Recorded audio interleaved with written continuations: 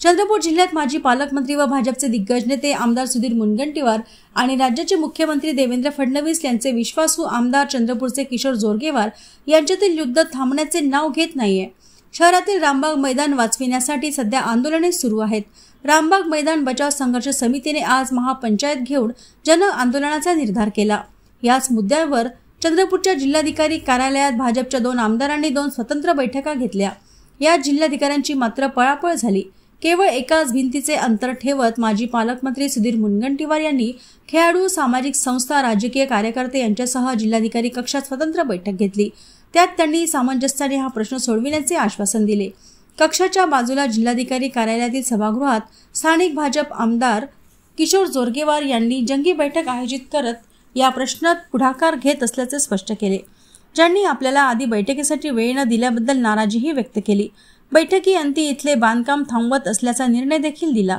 माध्यमांपुढे बोलताना मात्र दोन्ही आमदारांनी यात अथवा श्रेय नव्हे तर लोकोपयोगी कामे व्हावेत यासाठीची भावना महत्त्वाची असल्याचे सांगितले। 8 दिवसापूर्वी लोक आले, मी मुंबईला जायचं होतं, काही घडाई नाही। प्रश्न सोडवण्यामध्ये जो आघाडी घेईल, आज मी बैठक बोलवली होती, त्यांनी ही बैठक बोलवली असती, त्याच्यात अडचण काय? जनतेचे प्रश्न सुटावेत, याच्यामध्ये अडचण कोणतीही नाही। शेवटी प्रश्न सुटावेत। माझ्याकडे खेळाडू आलेत, माझी जबाबदारी आहे।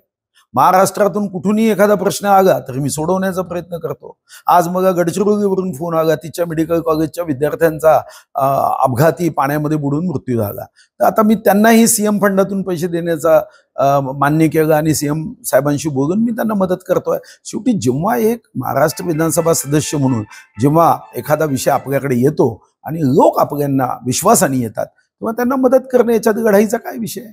त्यांनी 1000 प्रश्न सोडवावेत, माझा काय आक्षेप। म्हणून तुम्ही लक्षात घ्या की भारतीय जनता पार्टी हे लोकोपयोगी कामासाठी किती सजग आहे आणि म्हणून दोन्ही बैठका असं म्हणता येणार नाही। बैठक एकच झाली, जे जिल्हाधिकारी कार्यालयाचं जे नियोजन आपलं हे आहे 20 कलमी सभागृह, त्या ठिकाणी खेळाडूसह सर्व लोकप्रतिनिधीसह त्या भागातल्या असलेल्या सामाजिक कार्यकर्त्यांसह आम्ही त्या ठिकाणी बैठक घेतली आणि जिल्हाधिकाऱ्यांनी आम्हाला आश्वस्त केलं की त्या ठिकाणी बांधकाम होणार नाही। मला माहिती नाही त्यांची कोणत्या विषयावर बैठक होती, असेल कदाचित त्यांच्या त्या दौऱ्यामध्ये असेल, परंतु त्यांच्याकडून मला काही सांगण्यात आलं नव्हतं। मला जे हे तुम्ही जेव्हा एवढे लोक बघतात त्याच्यावरून ह्या सगळ्या लोकांची भावना लक्षात घेत मी त्या ठिकाणी बैठक घेतली।